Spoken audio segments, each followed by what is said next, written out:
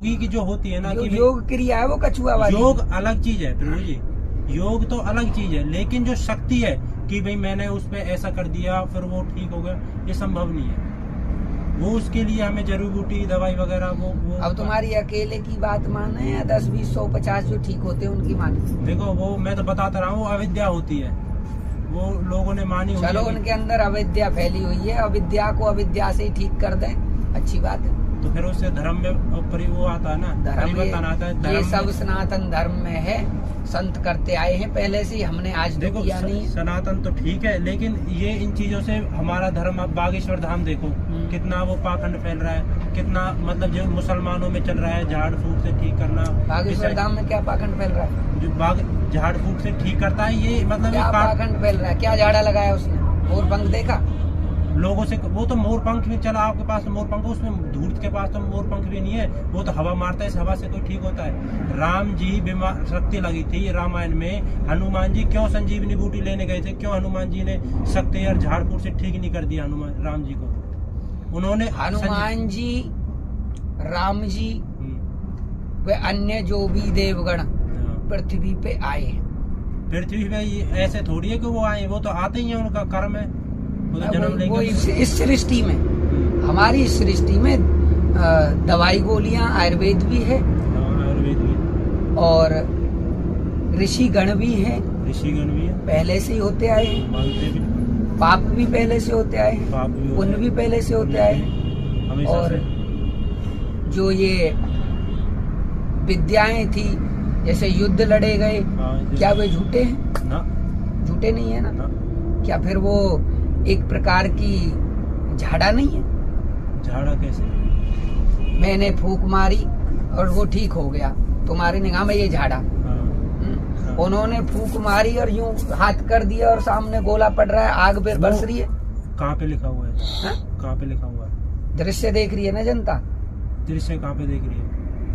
TV द्वारा देख रही है। टीवी तो वो तो धन कमा रहे हैं, ग्रंथ में लिखा है ना, धन कमा रहे हैं। ग्रंथ में नहीं, रामायण में नहीं लिखा? मैंने रामायण पढ़ी है। तो रामायण में नहीं लिखा कि तीर चलाई अग्नि वर्षा करी? मनुस्मृति पढ़ी है मैंने। तीर चलाया अग्नि वर्षा करी, ये नहीं लिखा कहीं? ये अलग विषय है जी, ये शक्ति नहीं है इसमें, ये टेक्नोलॉजी है।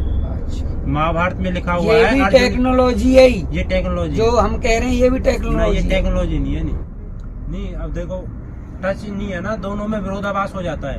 अगर हम मान लो श्री कृष्ण को पूज रहे हैं, आज दुनिया ज्यादातर श्री कृष्ण को पूज रही है ना, आप भी देख रहे, मानते हो इस बात को? भाई लास्ट का अवतार जो है श्री कृष्ण है, अवतार क्यों हुआ? अवतार क्यों हुआ? अवतार क्यों हुआ? राक्षसों को मारने के लिए। अच्छा, और उसे राक्षस को जन्म किसने दिया?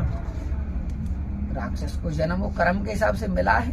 अच्छा, ईश्वर मतलब किसी को कर्म करने की स्वतंत्रता नहीं देता? देता है। तो फिर तो वो राक्षस तो मार दिया, उसका कर्म भी पूरा नहीं होने दिया। कर्म नहीं, उसने मांगा था, उद्धार मांगा था उसने। किसे? ऐसे तो मैं बुरा काम करता हूँ, मैं मानता हूँ कि भगवान मुझे आग मार दे, मेरा उद्धार हो जाएगा। उन्होंने नियम का उल्लंघन थोड़ी किया है, आम आदमी बन के मारा है ना। नहीं, जो लादेन वगैरह है, ये जो हिटलर वगैरह, फिर तो ये मोक्ष को ही, क्योंकि इन्होंने बहुत पाप किया है ना, ईश्वर इन्होंने मार दिया, ईश्वर ने इन्हें, ये मोक्ष को चले जाएंगे। ऐसे तो मोक्ष को उद्धार हो जाएगा, मतलब तात्पर्य उद्धार हो जाएगा। ऐसा है जो अब तुम्हारी बातों से तो मैं चल नहीं सकता हूँ। नहीं मैं असलियत बात यही है, जो भगवान का पापी लास्ट समय में जाते समय हमारी सोच जो है वही जो हमने सीखा है और उसी को सीखना चाहेंगे। तुम्हारी बातों से मुझे कोई मतलब नहीं है। वो तो लास्ट समय में कितना भी पाप किया हो और लास्ट समय में एक बार भी प्रभु का नाम ले ले तो वो भव सागर से पार अभी जरूर उतरेगा। संभव ही नहीं है ना, फिर तो ईश्वर में दोष लग जाता है, ईश्वर में कमी आ जाती है इस बात से, क्योंकि ईश्वर लेता ही नहीं है कोई, लेता ही नहीं है कोई, लास्ट में नाम ले ही नहीं पाता है। उसको यही याद आते मेरा बच्चा फलाना ढिकाना, वो ये भगवान का नाम आता ही नहीं है। उसके लिए स्टार्टिंग से रिदम बनाना पड़ता है, एंड में ऐसे कैसे आ जाएगा जी? ईश्वर में दोष लग जाता है जी, ऐसे कि किसी को बीच में कर्म को रोक रहा है, वो किसी ने थोड़ा सा कर लिया उसको मोक्ष दे दिया, ऐसे थोड़ी। फिर जो उसने पाप किए वो पाप कहाँ जाएंगे? भाई मैं कर्म को मानता हूँ, कर्म के अनुसार जन्म भी मिलता है, लेकिन ये भी मानता हूँ कि परमात्मा एक न्यायाधीश है, वो कलम वही चलाता है। नहीं, न्यायाधीश तो है जी। अब ऐसे थोड़ी है कि वो हमने पाप किए, हमारे पापों को ईश्वर क्षमा करता है, नहीं करता? अगर ईश्वर क्षमा करता है तो ईश्वर में दोष लगता है। ईश्वर नहीं तो क्षमा करता है और नहीं उनके दोषों को काटता है, वो भोगने पड़ते हैं, भोगने पड़ते हैं। लेकिन फिर भी ये भी तो सामने बात आती है इससे कि परमात्मा की साधना करने से वो जो हमारे भोग हैं उसको सहन करने के लिए हमें शक्ति अवश्य मिलती है। तो इससे ना अवतारवाद कट जाता है कि ईश्वर हमारे ना तो कर्मों को क्षमा करता है नहीं पाप करता है, क्योंकि फिर ईश्वर ने भी उनको क्यों मारा कि उनके बीच में हस्तक्षेप कर गए। जो सूर्य चंद्रमा जैसे बड़ी बड़ी सृष्टि को बना सकता है, पृथ्वी से 16 लाख गुना बड़ी सूर्य है, उसको बना सकता है बिना अवतार लिए, बड़े पहाड़ों को बना सकता है और दुष्ट व्यक्ति को पैदा भी कर सकता है बिना अवतार लिए, लेकिन उसे मारने के लिए अवतार लेना पड़ेगा। ये तो हास्यास्पद है। हमारे ग्रंथ के अनुसार ही जन्म लेना जो है, जन्म लेने के बाद, क्योंकि मनुष्य जाति एक ऐसी जाति है जिसे सब चीज की पावर मिली हुई है।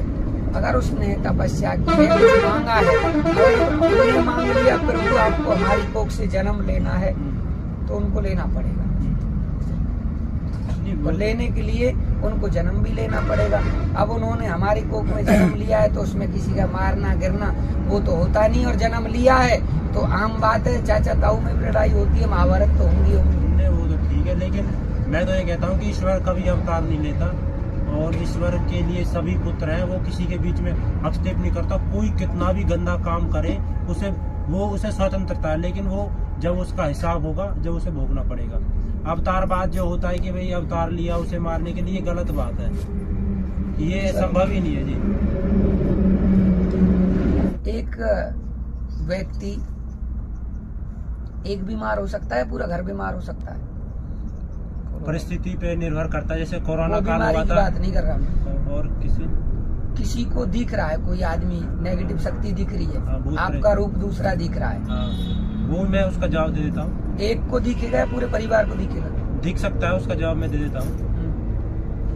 मैं इसके साथ रहा 10-15 साल तक, मैं इसके साथ रहा तो मेरे इसके साथ अच्छे संस्कार बन गए कि मेरा मित्र है, मैं इसके साथ रहता हूँ। अचानक मुझे कुछ हो जाता है, ऐसे कुछ हो जाता है, ये नहीं रहता। तो जो इसके साथ बीती, जो ये चला गया, जो संस्कार तो बने हुए, और मैंने एक चीज मानी हुई है कि भूत प्रेत जैसी कोई सत्ता इस संसार में है। कोई अचानक कोई घटना घटती है मेरे साथ तो मैं क्या कहूंगा कि वो ये है जो मर चुका है, फिर मैं इसको उसकी कनेक्शन इसके साथ जोड़ने लगता हूँ। फिर धीरे धीरे मैं अनुभव करता हूँ कि वो मेरी तरफ आ रहा है, वो मुझसे बात कर रहा है, मेरे साथ जो इसके साथ संस्कार थे मेरे, तुम्हारे पूरे परिवार के साथ थोड़ी होना, और तुम्हारे साथ ही होना है ना महाराज। जो मेरे इसके साथ संस्कार थे वो जागृत होने लगते हैं, और वो जागृत होने के कारण फिर मुझे ऐसा लगता है कि ये मेरे साथ अकेले को लगना चाहिए ना, तुम्हारे पूरे परिवार को अविद्या के कारण उसे पूरे परिवार को क्या, पूरे गांव को, पूरे देश को लगेगा महाराज। पूरे देश को लगेगा जो मानता है इन चीजों को, पूरे देश को। उसके ही घर में तुरंत कैसे लग जाएगा? मरेठा में रात को 12 बजे भूत, अरे वो तो मैं भी कर लेता हूँ, कोई जादू टोना में हर जगह जाया मैंने। अरे मैं भी जाता हूँ बेटा, मैं मुझे कोई रोक टोक मुझे दिखता नहीं, मुझे मैं जो बात कर रहा हूँ इसको पर्दा नहीं फेर सकते आप। एक ही बार में आपकी इससे मित्रता तेरे घर वालों को नहीं है, नहीं तेरे घर वाले इसको जानते हैं, लेकिन ये तेरे घर वालों को पूरों को क्यों दिख रहा है? क्योंकि संस्कार बने हुए हैं उसके साथ। कभी भी कोई, जैसे मान लो मुझे भूत प्रेत दिख रहे हैं ना, तो मुझे अंबानी के भूत प्रेत कभी नहीं दिखेंगे, नहीं मोदी के भूत प्रेत दिखेंगे मुझे मेरे संबंधी के और मेरे मित्रों के, मेरे जो मेरे साथ रहते, क्योंकि जानते ही नहीं है इनको तेरे घर वाले, संस्कार बने हुए हैं। घर वाले तो नहीं जानते इसको, ये संभव ही नहीं देखी, संभव ही नहीं हो सकता ऐसे। जो भूत प्रेत दिखते हैं संस्कार बन जाते हैं, अन्यथा ऐसा कोई दिख ही नहीं सकता, संभव ही नहीं है ऐसे। बेटा चलो ठीक है, आपकी बात में आगे नहीं बढ़ा